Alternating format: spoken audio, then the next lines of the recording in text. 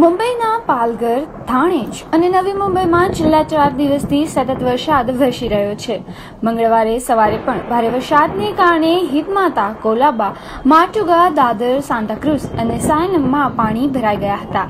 Nalasopara railway સ્ટેશનના track પર સતત બીજા દિવસે પાણી ભરાઈ ગયા હોવાથી વેસ્ટર્ન રેલવે લાઇન પર વાહન વ્યવહાર પર અસર પડી હતી.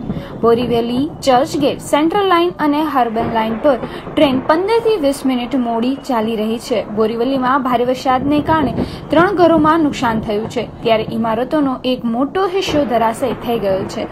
આ ઉપરાંત પવનમાં ભારે વરસાદને કારણે તળાવ ઓવરફ્લો થયું હતું, જેને કારણે તળાવનું પાણી રસ્તા પર ફરી વળ્યું છે.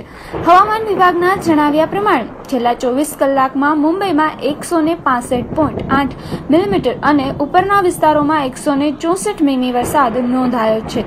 તે સિવાય મુંબઈ, થાણેજ, રાયગઢ અને પાલનગરમાં 10 થી 15 જુલાઈ ભારે વરસાદની આગાહી પણ કરવામાં આવી છે. ભારે વરસાદને કારણે જનજીવન ખોરવાઈ ગયું છે.